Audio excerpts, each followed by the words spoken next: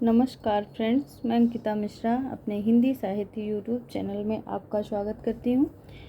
और ये दृष्टि पब्लिकेशन की बुक है, दृष्टि की। और आधुनिक काल काव्य खंड चल रहा है, जिसमें हमने देख लिया था छायावाद में प्रकृति चित्रण तथा स्त्री सौंदर्य के अंतः संबंध। आज हम देखेंगे छायावादी कविता में रहस्यवाद। तो छायावादी कविता में रहस्यवाद हम देखते हैं। और फ्रेंड, अगर चैनल को आप लोगों ने सब्सक्राइब नहीं किया है तो प्लीज़ इसे सब्सक्राइब करिए, लाइक कीजिए और शेयर कीजिए। फ्रेंड,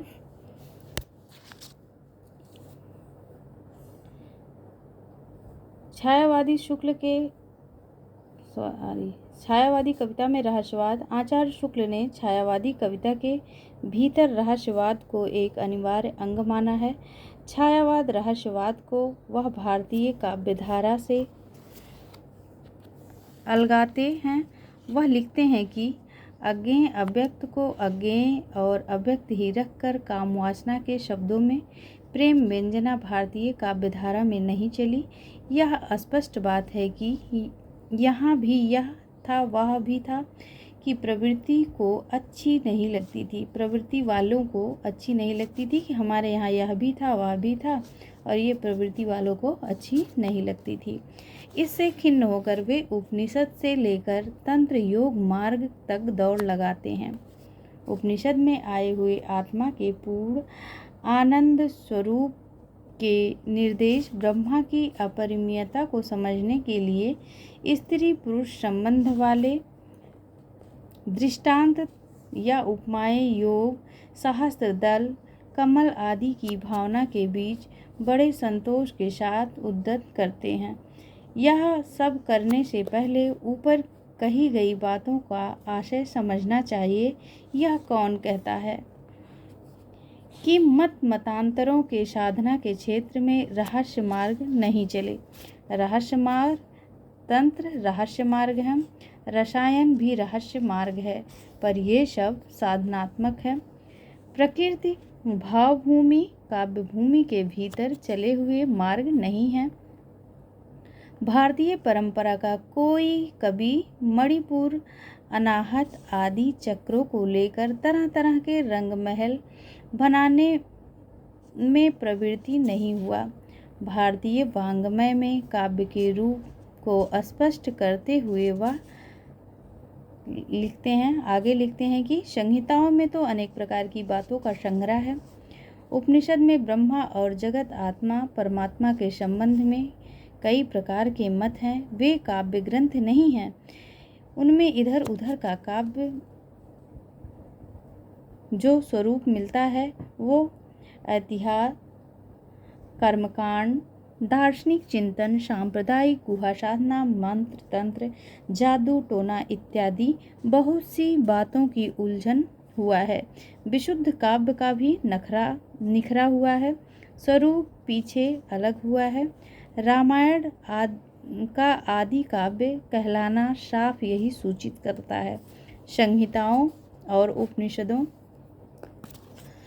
को कभी कभी किसी ने काव्य नहीं कहा। संहिताओं और उपनिषदों को कभी किसी ने काव्य नहीं कहा।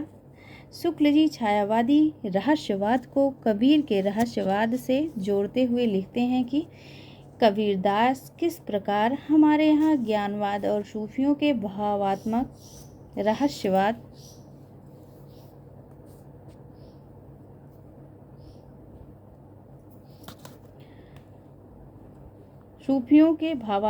रहस्यवाद को लेकर चले हैं कि कबीर जी जो है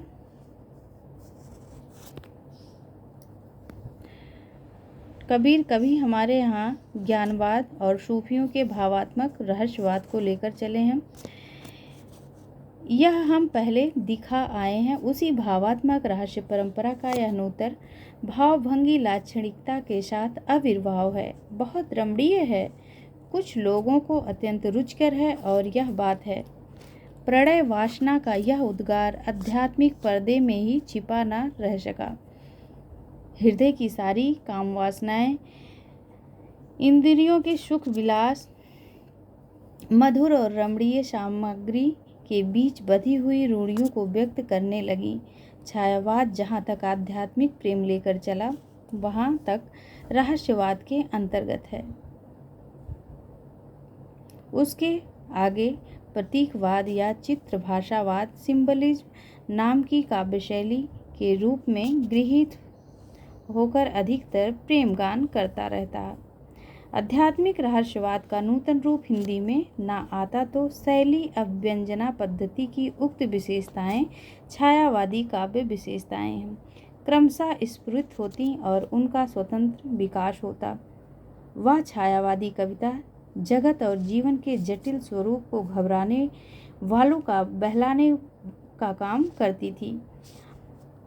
अब उसे अखिल जीवन के नाना पक्षों के मार्मिकता का साक्षात्कार करते हुए एक करीने के साथ रास्ता चलना पड़ेगा। इसके लिए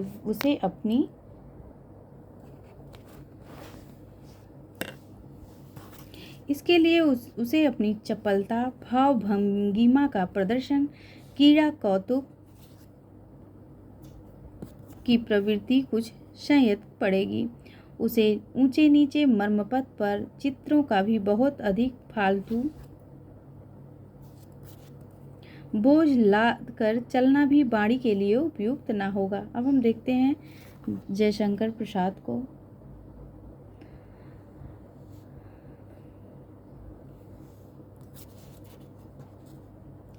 जयशंकर प्रसाद का है झरना काव्य संग्रह 1918 ईस्वी और काव्य संग्रह के प्रथम संस्करण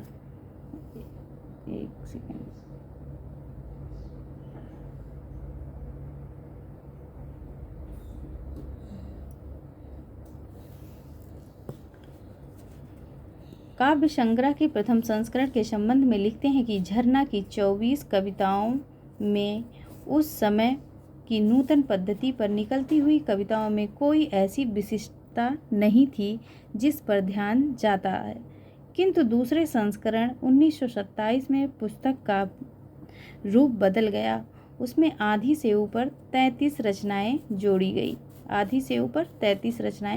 गई और पहले झरना की में 24 कविताओं में उस नूतन पद्धति पर निकलती थी, जिनमें पूरा रहस्यवाद, अव्यंजनावाद का अनूठापन, व्यंजक चित्र प्रधान सब कुछ मिल जाता है।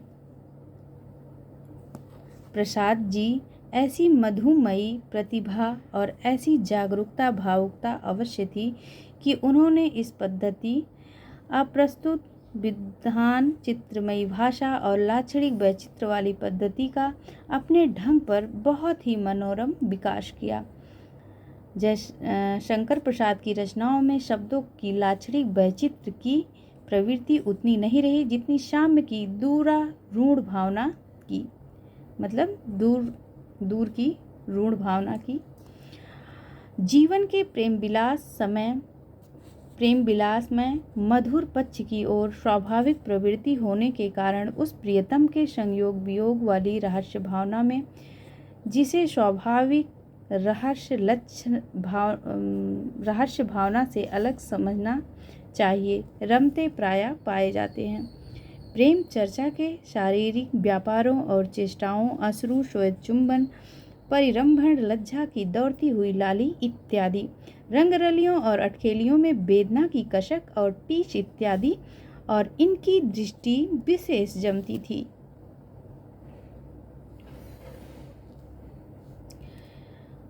इस मधुमयी प्रवृत्ति के अनुरूप प्रकृति के अनंत क्षेत्र में बल्लरियों के दान, कलिकाओं की मंद मुस्कान, सुमनों के मधुपात्र मडराते, मिलिंदों के गुंजार, सौरभ हर शमीर की झपक लपक, पराग करंद की लूट, उषा के कपोलों पर लज्जा की लाली, आकाश और पृथ्वी के अनुराग में परिरंभ, रजनी के आंसू के भीगे अंबर, चंद्रमुख की शरद घन से सरकते अवगुठन, मधुमास की मधु वर्षा और झूमती मादकता इत्यादि पर अधिक दृष्टि जाती थी। अतः इनकी रचनाओं हम जयशंकर प्रसाद को देख रहे हैं।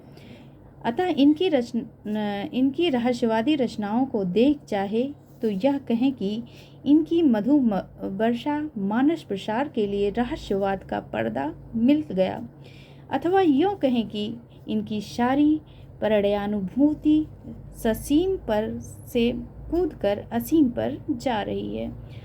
आशु को प्रसाद की पहली विशिष्ट रचना मानते हुए उसके संबंध में लिखा है कि आंसू वास्तव में तो सिंगारी विप्रलभ में विशेष अतीत संयोग सुख की खिन्न स्मृतियां रह रहकर झलक मारती हैं, पर जहाँ प्रेमी की मादकता की बेसुधी प्रियतम के नीचे से ऊपर आते हुए संज्ञा के दशा में चले जाते हैं, जहाँ हृदय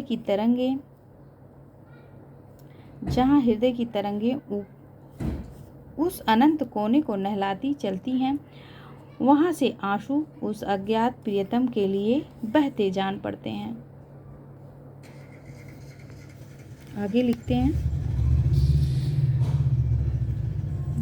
लिखते हैं कि वेदना की कोई एक निर्दिष्ट भूमि न होने से सारी पुस्तक का कोई एक समन्वित प्रभाव नहीं निष्पन्न होता, पर अलग अलग लेने पर उक्तियों के भीतर बड़ी रंजनकारणी कल्पना, व्यंजक चित्रों का बड़ा अनूठा विन्यास, भावनाओं की अत्यंत सुकुमार योजना मिलती है। प्रसाद जी की यह पहली काव्य रचना है जिसने बहुत लोगों को आकर्षित किया। अव्यंजना की प्रगल्भता और विचित्रता के भीतर प्रेम वेदना की दिव्य विभूति, विश्व में उनके मंगलमय प्रभाव को, सुख और दुख दोनों को अपनाने की उसकी अपार शक्ति और उसकी छाया सौंदर्य में मंगल का भी आभास पाया जाता है। नियतिवादी और दुखवाद का भीषण स्वर भी सुनाई पड़ता है। इस चेतना को दूर हटाकर मद तंद्रा स्वप्न और असंज्ञा की दशा को आह्वान रहस्यवाद की एक स्वीकृति विधि है, और इस विधि का पालन आंसू से लेकर कामायनी तक हुआ है। अब हम देखते हैं लहर को। अभी हम कामायनी को देख रहे थे। लहर काव्य संग्रह को कई प्रकार की कविताओं का संग्रह कहा गया है। लहर से कवि का अभिप्राय आनंद की लहर से है, जो मनुष्य के मानस को उठा करती है और उसके जीवन को सरस करती रहती है। उसे ठहराने की पुकार अपने व्यक्तिगत नीरस जीवन को भी सरस करने के लिए कही जा सकती है, और अखिल मानव का जीवन भी लहर में 4-5 रचनाएं रहस्यवाद की हैं।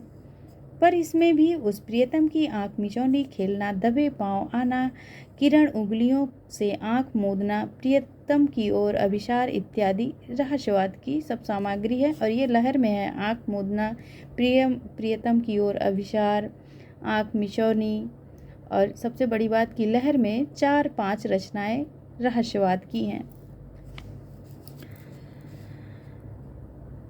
कहीं उस यौवन काल की स्मृतियाँ जिसमें मधु का आदान प्रदान चलता है, कहीं प्रेम के सुंदर स्वरूप का यह कर बताया गया है कि कहीं प्रेम देने की चीज़ है, लेने की नहीं।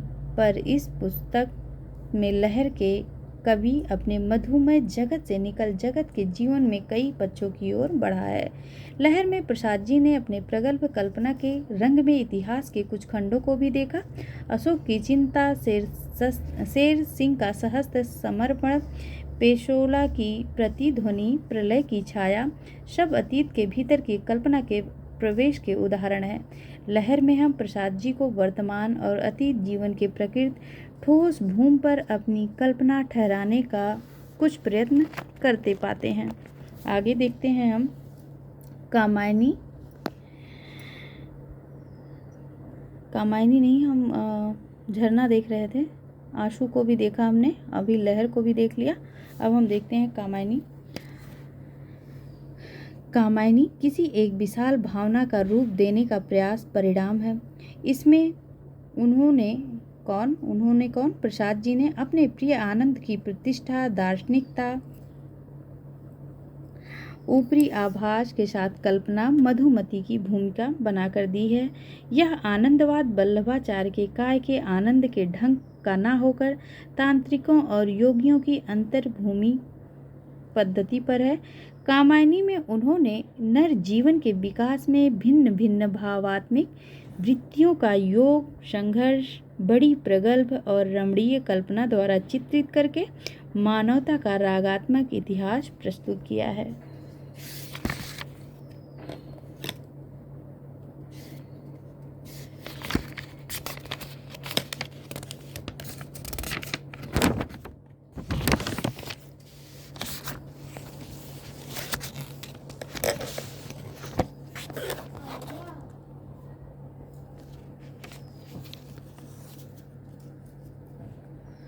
रूपक की भावना के अनुसार श्रद्धा और विश्वास समन्वित रागात्मक वृत्ति, ईड़ा, व्यावसायिका बुद्धि। कवि ने श्रद्धा और मृदुता, प्रेम और करुणा का प्रवर्तन करने वाली, सच्चे आनंद तक पहुंचाने वाली चित्रित किया है। ईड़ा या बुद्धि के अनेक प्रकार के वर्गीकरण व्यवस्थाओं में प्रवृत्ति करती हुई कर्मों में उलझाने वाली चित्रित की गई है। कामायनी में चिंता, बुद्धि, मति या मनीषा का ही रूप कही गई है। कामायनी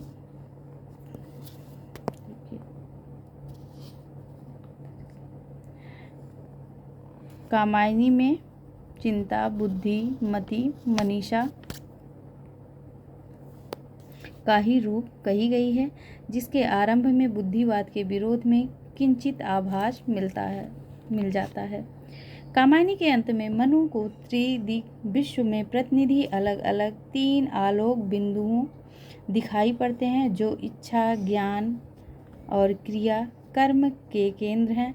पहले इच्छा का मधु, मादकता की अंगड़ाइयाँ वाला राज्य है, जहाँ चिर बसंत का उद्गम भी है और पतझड़ भी है।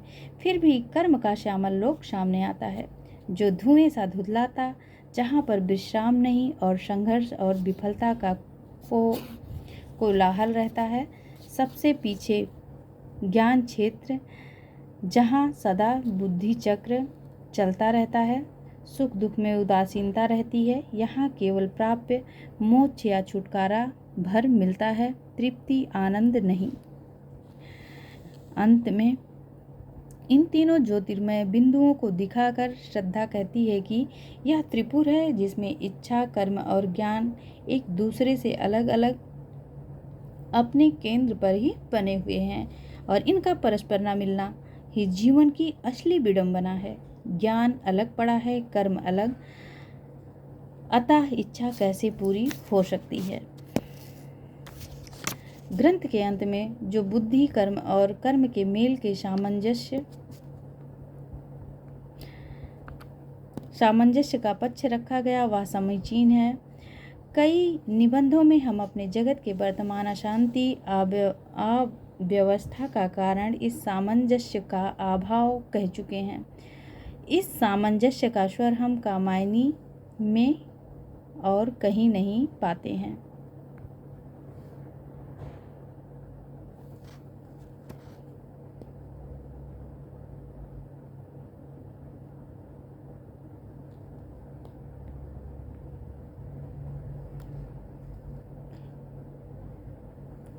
श्रद्धा ईड़ा के मध्य श्रद्धा को श्रेष्ठ दिखाने का संबंध लिखते हैं। श्रद्धा जब ईड़ा से कहती है, सिर पर चढ़ी रही पाया ना हृदय, क्या श्रद्धा के संबंध में नहीं कहा जा सकता। रस पगी रही पाई ना बुद्धि, पर जब दोनों लोग अलग अलग सताएं करके रखी गई, तब एक दूसरे से शून्य कहना और दूसरी को पहले से शून्य कहना गड़बड़ में डालता है।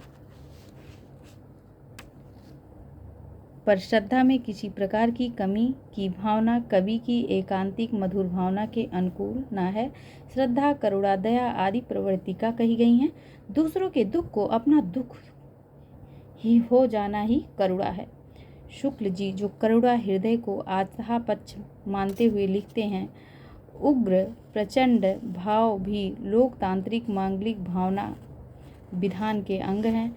हृदय आधे पक्ष को अलग रखने में केवल कोमल भावों की शीतल छाया के भीतर आनंद का स्वप्न देखा जा सकता है।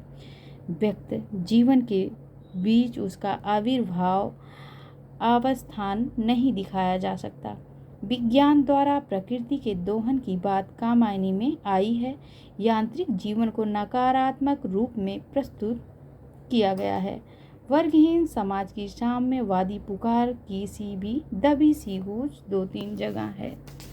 शुक्ल जी कामायनी के विचारात्मक आधार को स्पष्ट करते हुए लिखते हैं कि यह काव्य बड़ी विशद कल्पनाओं और मार्मिक उक्तियों से पूर्ण है। इसका विचारात्मक आधार अर्थभूमि में केवल इतनी ही है कि श्रद्धा विश्वासमयी रागात्मिकता की वृत्ति मनुष्य को इस जीवन में शांतिमय आनंद का अनुभव चारों ओर प्रसार करती हुई कल्याण मार्ग पर ले चलती है और निर्विशेष आनंद धाम तक पहुंचाती है।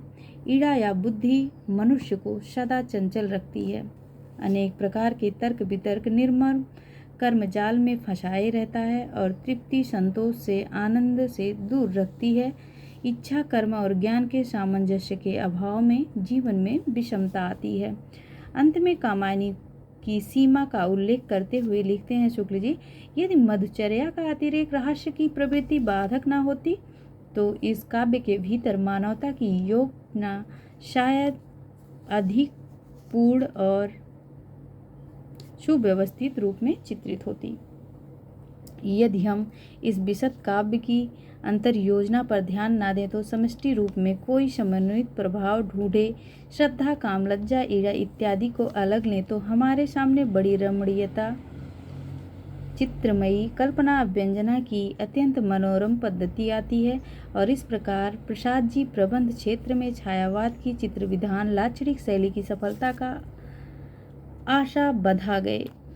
आगे हम देखेंगे सुमित्रा नंदन पंत जी को।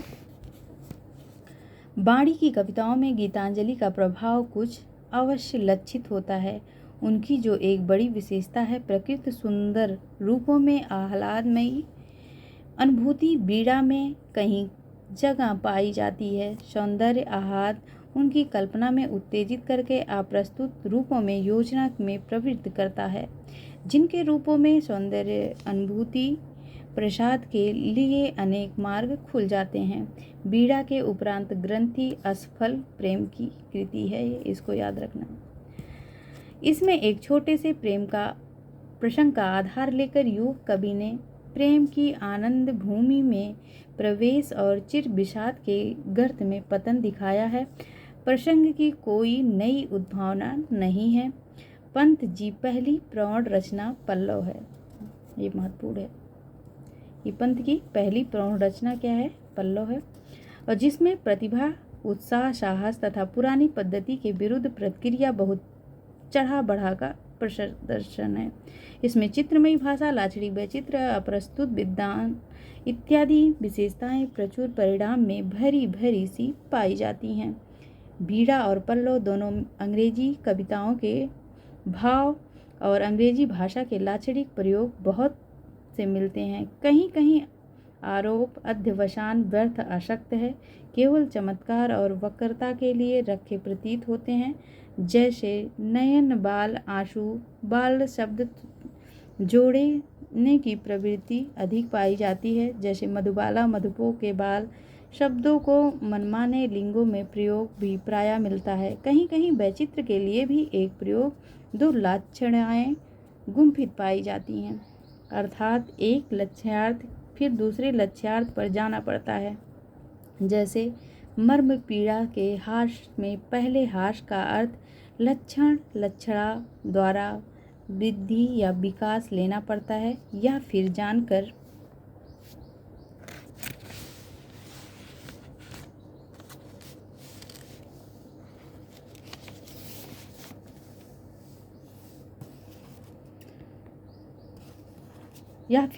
कि सारा संबोधन कवि ने अपने मन के लिए ही करता है। हमें सारी पदावली का उपादान लक्षणा या लक्ष्यार्थ लेना पड़ता है। हे बढ़ी हुई मर्म पीड़ा समझने वाले मन।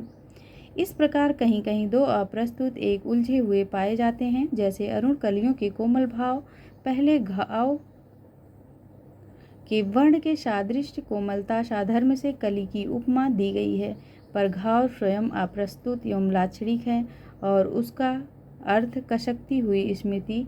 इस तरह एक अप्रस्तुत लाकर उस प्रस्तुत के लिए दूसरा अप्रस्तुत लाया गया है। पल्लों के भीतर उच्छ्वास, आंसू, परिवर्तन और बादल आदि रचनाएं देखने से पता चलता है। यदि छायावाद नाम से एक वाद ना चल गया होता तो पंत जी स्वच्छंदता के शुद्ध स्वाभाविक मार्ग टू रोमांटिसिज्म पर ही चलते। उन्हें प्रकृति की और सीधे आकर्षित होने वाला, उनके खुले और चिंतन रूपों के बीच खुलने वाला हृदय प्राप्त था। यही कारण है छायावाद की मुख्य शैली के अर्थ में, चित्र भाषा के अर्थ में उनकी रचनाएं घटित होती हैं। रहस्यवाद की रूढ़ियों की रमणीय उदाहरण प्रस्तुत करने के लिए उनकी प्रतिभा बहुत कम प्रवृत्ति हुई है। कलावाद के प्रभाव से सौंदर्यवाद का चलन यूरोप के काव्य क्षेत्र के भीतर हुआ। उसका पंत जी पर पूरा प्रभाव रहा है। उन्होंने स्पष्ट रूप से कई स्थानों पर सौंदर्य जीवन को अपने जीवन की साधना कहा है। प्रकृति चित्रण के संबंध में लिखा है कि छायावाद के भीतर सब कवियों की प्रकृति के साथ सीधा संबंध, प्रेम संबंध पंत जी का दिखाई पड़ता है। प्रकृति के अत्यंत रमणीय खंड के बीच उनके हृदय रूप रंग पकड़ा है, पर प्रकृति के भीतर उनके गूढ़ और व्यापक सौहार्द तक ग्रीष्म की ज्वाला के संतप्त चराचर पर उनकी छाया, मधुर स्निग्ध शीतल प्रभाव तक, उनके दर्शन से तृप्त कृषकों के आशापूर्ण उल्लास तक कवि ने दृष्टि बढ़ाई है। आरोप विधायनी कल्पना की अपेक्षा प्रकृति के बीच किसी वस्तु के गूढ़ अगूढ़ संबंध का प्रसार चित्रण करने वाली कल्पना अधिक गंभीर और मार्मिक होती है। रहस्यवाद के संबंध में लिखा है कि पंत जी रहस्य भावना का प्रायः स्वाभाविक ही रही। पंत जी की रहस्य भावना प्रायः स्वाभाविक ही रही। वाद की सांप्रदायिक रूप उसने शायद ही कहीं ग्रहण किया हो। पंत जी की रहस्य भावना स्वाभाविक, सांप्रदायिक, डागमेटिक नहीं है। ऐसी रहस्य भावना इस रहस्य जगत के नाना रूपों को देखकर प्रत्येक हृदय व्यक्ति के मन में कभी कभी उठा करती है। व्यक्त जगत के नाना रूपों और व्यापारों के भीतर किसी अज्ञात चेतन सत्ता का अनुभव करता हुआ कवि केवल अतिरिक्त जिज्ञासा के रूप में प्रकट करता है। कहने का तात्पर्य यह है कि पंत की स्वाभाविक रहस्य भावना को प्रसाद महादेवी वर्मा सांप्रदायिक रहस्य भावना की भिन्न समझना चाहिए। उस अज्ञात प्रीतम के प्रति प्रेम की व्यंजना में कवि ने प्रिय और प्रेमिका को स्वाभाविक पुरुष स्त्री भेद में रखा है। प्रसाद जी के समान दोनों पुल्लिंग रखकर फारसी सूफी रूढ़ी का अनुसरण नहीं किया है। आगे हम देखते हैं इनके रचना परिवर्तन को। पंत जी के परिवर्तन के अंत में पंत जी जगत के विषम परिवर्तन के नाना दृश्य सामने लाए हैं। इनकी प्रेरणा शायद उनके व्यक्तिगत जीवन की किसी विषम परिस्थिति ने की है। जगत की परिवर्तनशीलता मनुष्य जाति को चिरकाल से क्षुब्ध करती आ रही है। परिवर्तन संसार का नियम है। यह बात स्वतः सिद्ध होने पर भी सदस्यों और कवियों का मर्म स्पर्श करती है और करती रहेगी, क्योंकि इनका संबंध जीवन के नित्य स्वरूप से है। जीवन के व्यापक क्षेत्र में प्रवेश के कारण कवि कल्पना को कोमल, कठोर, मधुर, कटु, करुण, भयंकर कई प्रकार की भूमियों पर बहुत दूर तक संबद्ध धारा के रूप में चलना पड़ा है। काव्य के चित्रमयी भाषा सर्वत्र अनिवार्य नहीं। सृष्टि के अगूढ़ मार्मिक तथ्यों के चयन द्वारा किसी भावना को मर्मस्पर्शी स्वरूप होता है। इसका अनुभव शायद पंत जी को इस एक धारा में चलने वाली लंबी कविता के भीतर हुआ है। आगे हम देखते हैं गुंजन। गुंजन हम कवि की जीवन के क्षेत्र के भीतर ही नहीं, उसका काव्य शैली और अधिक संयत व्यवस्थित पाते हैं। आगे देखते हैं युगांत। युगांत में हम देश के वर्तमान जीवन में उठे हुए स्वरों की मीठी प्रतिध्वनि की जगह जगह पाते हैं। कहीं परिवर्तन प्रबल आकांक्षाओं, कहीं श्रमजीवियों की दशा की झलक है, तो कहीं कहीं वितर्क छोड़ श्रद्धा विश्वास पूर्वक जीवन पथ साहस के बढ़ते चलते को ललकार है। कहीं बापू के प्रति श्रद्धांजलि भी है। युगांत में कवि को हम केवल रूप रंग चमक दमक सुख सौरभ वाले सौंदर्य के आगे बढ़कर जीवन के सौंदर्य को सत्याश्रित कल्पना में प्रवृत्ति पाते हैं। युगांत में कवि की वाणी लोक मंगल की आशा आकांक्षा के घोर परिवर्तनवाद का स्वर भी रहा है और साथ ही वाद में लपेट से अपनी वाणी को कवि एक प्रकार से मुक्त कर लिया है। चित्र भाषा लाक्षणिक वैचित्र अनावश्यक परिवर्तन की वह प्रवृत्ति अब नहीं है जो भाषा और अर्थ में स्वाभाविक गति में बाधक है। पंत के व्यक्तित्व का विकास देखते हैं हम। पल्लों में कवि अपने व्यक्तित्व के घेरे में बंधा हुआ, गुंजन में कभी कभी उसके बाहर युगांत लोक के दृष्टि के बीच फैलाकर आसन जमाता हुआ दिखाई पड़ता है। गुंजन तक वह जगत से अपने लिए सौंदर्य और आनंद का चयन करता प्रतीत होता है। युगांत में आकर वह सौंदर्य और आनंद का जगत में पूर्ण प्रसार देखना चाहता है। कवि की सौंदर्य भावना अब व्यापक होकर मंगल भावना के रूप में परिणित हुई है। अब तक कवि लोक जीवन के वास्तविक शीत और ताप से अपने हृदय को बचाता सा रहा है। अब उसने अपने हृदय में खुले जगत के भीतर रख दिया है कि उस पर उसके गति का सच्चा और गहरा प्रभाव पड़े।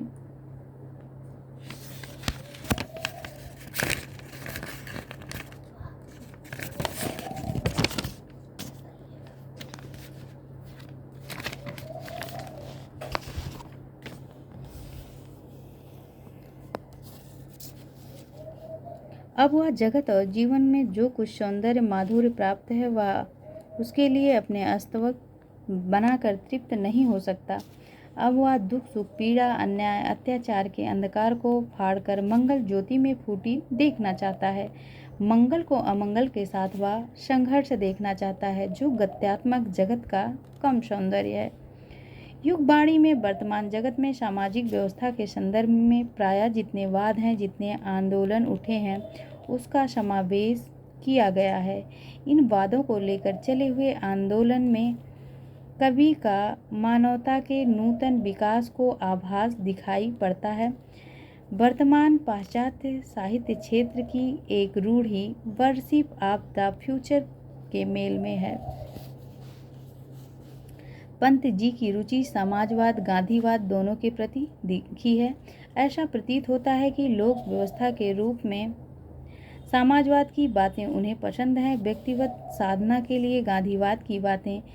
कवि की दृष्टि में सब जीवों के प्रति आत्म ही जीवन जगत की मनुष्यत्व प्रणीति है।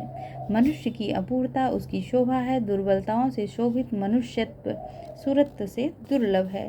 समाजवाद की बातें कवि ने ग्रहण की, वह अपना चिंतन स्वतंत्र रखा। समाजवाद में संघवाद कम्युनिज्म के साथ लगा हुआ संकीर्ण भौतिकवाद उसे इष्ट नहीं है। परमार्थिक की दृष्टि से वह परात्परवादी है।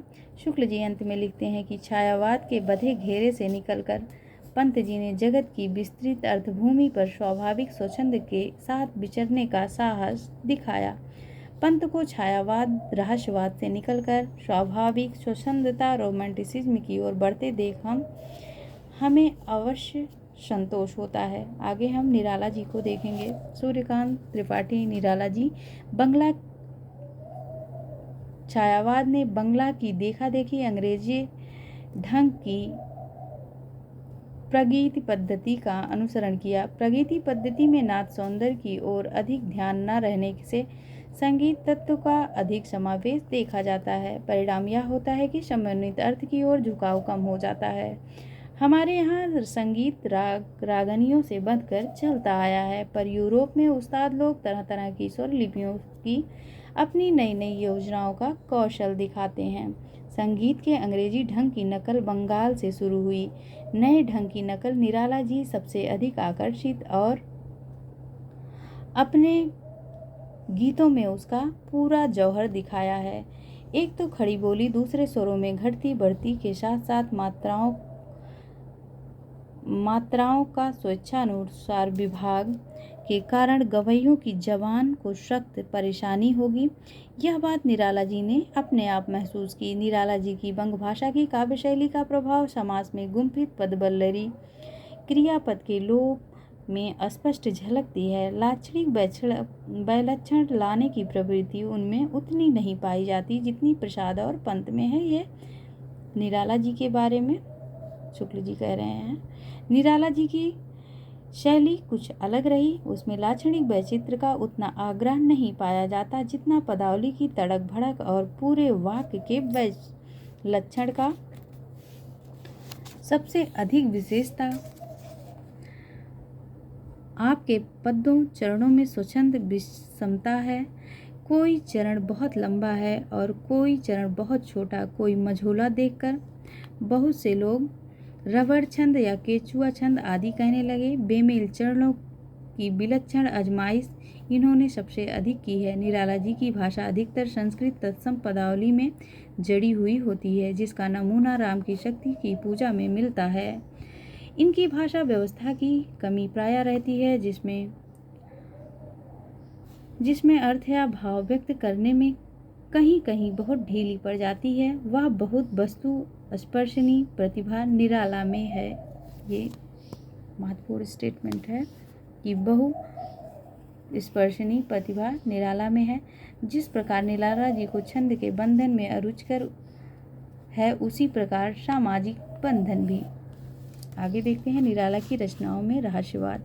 अज्ञात प्रिय की ओर इशारा करते हुए अतिरिक्त इन्होंने जगत के अनेक रूपों और व्यापारों को भी अपनी सरल भावनाओं के रंग में देखा है। रहस्यवाद के संदर्भ में निराला जी की रचनाएं आध्यात्मिकता का रूप रंग लेकर चली हैं, जिनका विकास बंगाल में हुआ है। अद्वैतवाद के वेदांती स्वरूप को ग्रहण करने के कारण इनकी रहस्यात्मक रचनाओं में भारतीय दार्शनिक निरूपणों की झलक जगह जगह मिलती है। इन विशेषताओं को छोड़ दें तो इनकी रहस्यात्मक कविताएं उसी प्रकार माधुर्य भावना को लेकर चली हैं जिस प्रकार छायावादी कवियों की।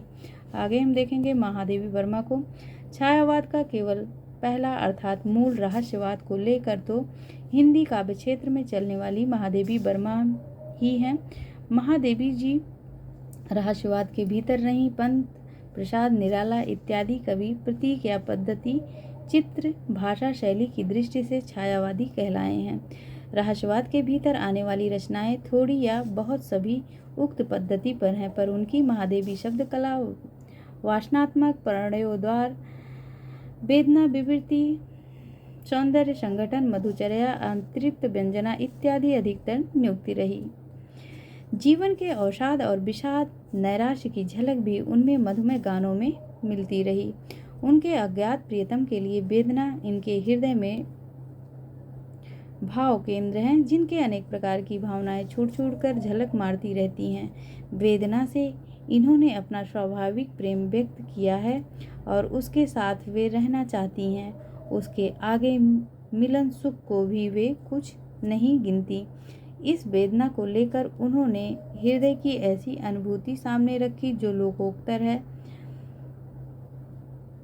कहाँ तक वे वास्तविक अनुभूतियों और कहाँ तक अनुभूतियों का रमणीय कल्पना है, यह नहीं कहा जा सकता। गीत लिखने में जैसी सफलता महादेवी जी को हुई, वैसी किसी और को नहीं। ना तो भाषा का स्निग्ध है, ना प्रांजल प्रवाह कहीं मिलता है, और ना हृदय की ऐसी भावभंगी रचना ऐसी ढली हुई अनूठी व्यंजना से भरी हुई पदावली में मिलती है कि हृदय खिल उठता है। और इसी के साथ हम वीडियो को विराम देंगे फ्रेंड। और जितने भी लोग इसे देख रहे हैं, सबसे रिक्वेस्ट है कि इसको लाइक, सब्सक्राइब, शेयर ज़रूर कीजिए फ्रेंड। और अगर कुछ गलती नज़र आ रही हो तो उसको कमेंट बॉक्स में ज़रूर लिखें। और उम्मीद है कि आज जो है आपको क्लियर दिखाई दे रहा होगा। फ्रेंड, ये 40 मिनट की क्लास है और इसे आप लोग ज़रूर देखें। और कल हम देखेंगे आधुनिक कविता संबंधी प्रमुख तथ्य और भारतेंदु पूर्व काव्यधारा को देखेंगे फ्रेंड। और इसी के साथ नमस्कार सभी को, धन्यवाद, राधे राधे, जय श्री कृष्णा।